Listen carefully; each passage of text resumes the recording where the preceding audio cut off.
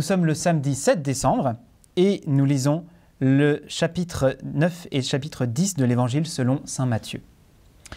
On avait déjà vu dans un évangile cette semaine que le Seigneur était saisi de compassion. Et aujourd'hui, le Seigneur veut nous montrer que sa compassion, elle est communicative et qu'il faut apprendre à avoir de la compassion comme lui a compassion de la foule. Il le dit à l'adresse toute particulière des 12 disciples, c'est-à-dire des premiers évêques. Et évidemment, par rayonnement, évidemment, de tous les prêtres et de tous les évêques encore aujourd'hui, ils doivent vivre de cette parole de la compassion du Seigneur. S'il y a bien une personne dans l'Église qui doit manifester la compassion du Seigneur, c'est le prêtre. Évidemment, tous les chrétiens, tous les baptisés sont appelés à manifester la compassion du Seigneur. Mais plus particulièrement, le prêtre, il doit faire attention à manifester la compassion du Christ. J'ai compassion de cette foule. Et cette foule, justement, si on a compassion d'elle, c'est parce qu'elle est triste, elle est désemparée, parce qu'elle ne connaît pas le bon pasteur. Elle est dépourvue de pasteur. Elle est comme des brebis sans leur berger. Ça, des brebis sans berger, il y en a dans l'Église et il y en a en dehors de l'Église. Il y en a qui n'ont pas encore découvert que le vrai bon pasteur, le seul et l'unique bon pasteur, c'est le Christ. Et que tout ce que font les autres pasteurs, les évêques, les prêtres, ils ne font que participer à l'œuvre de compassion du Christ. Et s'ils viennent à annoncer quelqu'un d'autre que le Christ, s'ils viennent à travailler juste pour leur propre business personnel, évidemment, ils vont faire plus de mal que de bien. Si, en croisant un prêtre, on n'arrive pas à voir la compassion du Christ, mais on voit un intérêt personnel pour telle ou telle personne, là, il y a un problème.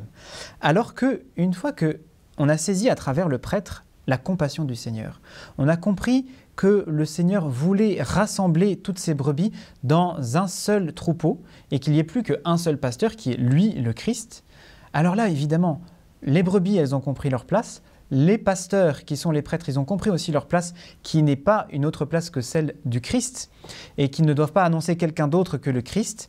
Là, évidemment, on a saisi le cœur du message de l'Évangile.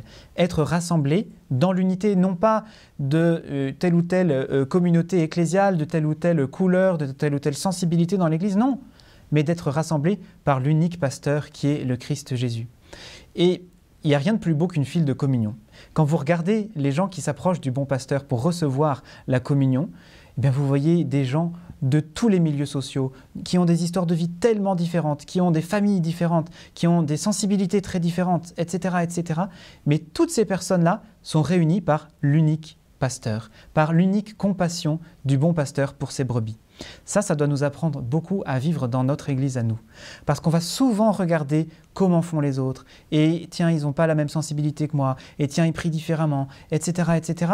Et finalement, on va regarder ce qui se passe dans l'assiette des autres. On va regarder ce qui se passe dans la communauté des autres. Et on oublie que celui qui nous unit, c'est le Christ Jésus. Et qu'à partir du moment où nous confessons le Christ Seigneur dans une seule et même Église, oui, évidemment, déjà, on s'apaise beaucoup parce qu'on arrête d'être en concurrence et d'être en compétition les uns avec les autres. Et au lieu de regarder ce que font les autres, on regarde le Seigneur. Et c'est le Seigneur lui-même qui va nous apprendre à regarder les autres. Et évidemment, quand on se met à regarder les autres avec le regard du Seigneur, il n'y a plus de place pour la concurrence, il n'y a plus de place pour la compétition. Au contraire, on est tout simplement heureux de voir des frères et des sœurs avec nous prier le même Seigneur Jésus. On est heureux de voir que le Seigneur nous a tous rassemblés et que malgré nos grandes différences, nos sensibilités liturgiques différentes, etc., on est unis par le seul et unique pasteur. Et une fois qu'on a compris cela, on est incroyablement apaisé et on apprend à manifester l'unité parce que le Seigneur veut notre unité.